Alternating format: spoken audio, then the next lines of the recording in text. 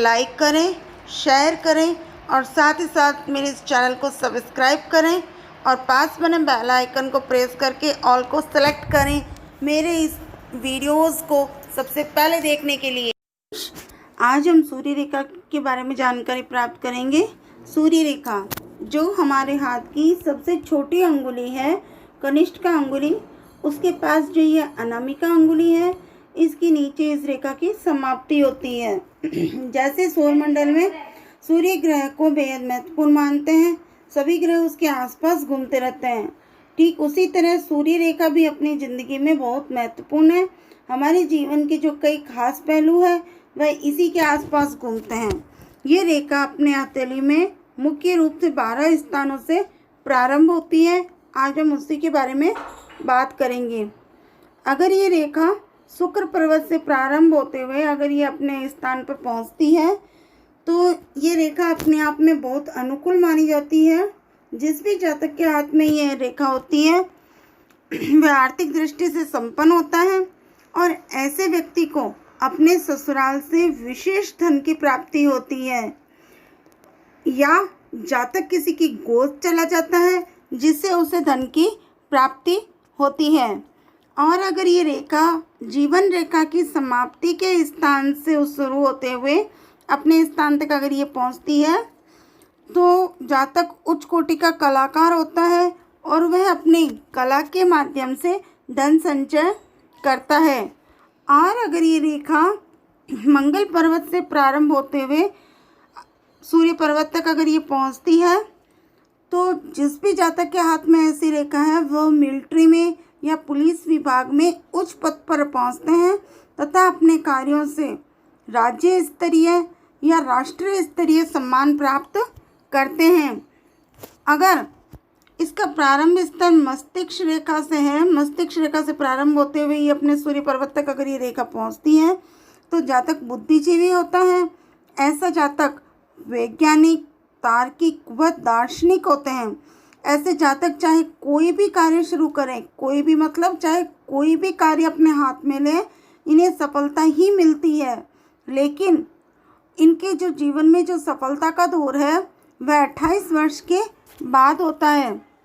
और अगर ये रेखा हृदय रेखा से स्टार्ट होते हुए अपने स्थान तक पहुंचती है तो ऐसा जातक का जो प्रारंभिक जीवन होता है, जो बचपन होता है, वह ज़रूरत से ज़्यादा कष्टमय होता है, परंतु अपने प्रयत्नों से, अपनी मेहनत से ये इतनी अधिक प्रगति करते हैं कि लोग दांतों तले अंगुली दबाते हैं और इनके जो कार्य होते हैं वह चमत्कार पूर्ण से ढंग से संपन्न होते हैं।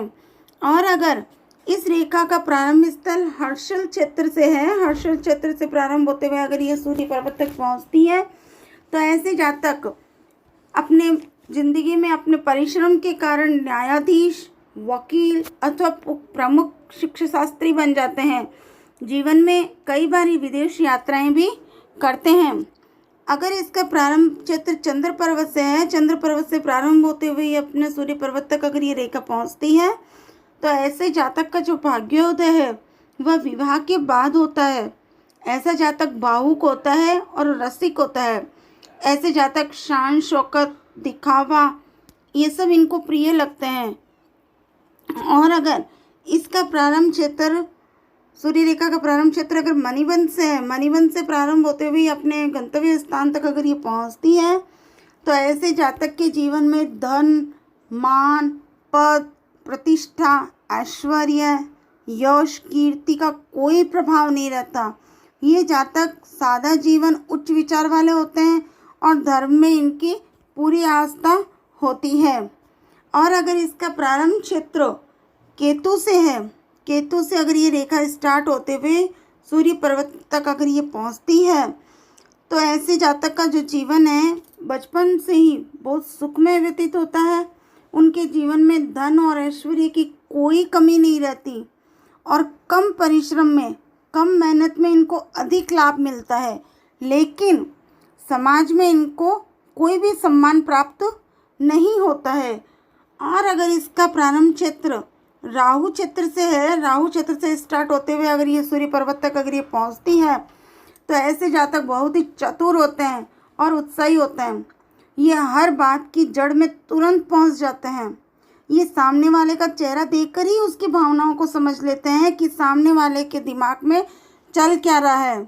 और अगर इस रेखा का प्रारंभ हथेली के बीच में से है, बीच में से प्रारंभ होते हुए अगर सूर्य पर्वत तक अगर ये रेखा पहुंचती है, तो जातक प्रबल भाग्यशाली होता है। उनको जीवन में कई बार आकस्मिक धन लाभ होता है। समाज में भौतिक दृष्टि से इनके जीवन में कभी भी किसी भी प्रकार की कोई कमी नहीं रहती है। सभी दृष्टियों से ये जातक सुखी और सफल कहे जाते हैं।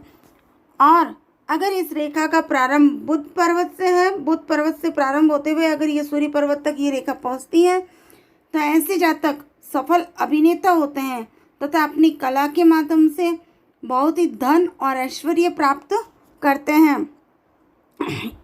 और अब ये तो हो गया इन रेखाओं के प्रारंभ स्थल का। और अगर ये रेखा सूर्य रेखा सीधी है और अपने पर्वत तक पहुंच रही है और दोनों हाथों में ये रेखा अच्छी है, स्पष्ट है, तो वह जातक अपने जीवन में पूर्ण सफलता प्राप्त करता है। लेकिन अगर ये सूर्य रेखा अपने स्थान पे जाते हुए अगर बीच में से कट जाती है और वापस स्टार्ट होते हुए पहुंचती है, तो जिस भाग में जिस आयु में ये रेखा कटती है उस आयु में जातक अपना व्यापार और कार्य बदल लेता है। और अगर सूर्य रेखा के मार्ग में कहीं पे भी अगर द्वीप बना हुआ है, तो ऐसा जातक दिवालिया होता है तथा उसको समाज से अपयश मिलता है। और अगर सूर्य रेखा के मार्ग में अगर तारे का चिन्ह बना हुआ है, तारा है अगर बना हुआ कहीं पे भी, तो जातक अपने कला के माध्यम से विश्वव्यापी सफलता प्राप्त करता है। वहीं अगर सूर्य रेखा के अंत में अगर नक्षत्र का चिन्ह है, नक्षत्र का चिन्ह बना हुआ है, तो उसे राष्ट्रव्यापी सम्मान मिलता हुआ है। और अगर सूर्य रेखा के प्रारंभ में नक्षत्र का चिन्ह है और अंत में भी अगर नक्षत्र का चिन्ह है, तो जातक को जीवन में किसी भी प्रकार की कोई भी कमी नहीं रहती है। और अगर सूर्य रेखा की समाप्ति, जैसे सूर्य रेखा अपनी जगह पर जा रही है, उसकी समाप्ति कई छोटी छोटी रेखाओं से हो, यहाँ पे आते हुए ये कट जाए और कई ऐसे छोटी छोटी रेखाओं से इसकी समाप्ति हो रही हो, तो ऐसे जातक को जीवन में असफलता ही मिलती है।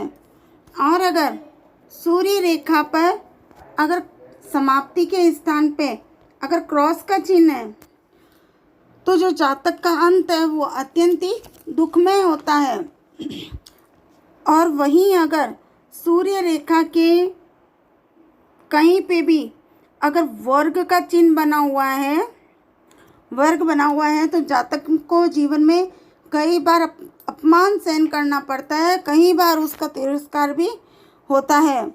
और अगर सूर्य रेखा के साथ, सूर्य रेखा जैसे अपने स्थान पर पहुंच रही है, उसके साथ कई महीन महीन रेखाएं होती है, इस पास में कई रेखाएं चलती हैं, तो जातक कलात्मक तो होता है, उसमें योग्यता होती है, परंतु उसके बहु विचारों के कारण वह किसी एक क्षेत्र में सफलता नहीं प्राप्त कर पाता। जय गणेश। आगे की जानकारी अगले वीडियो में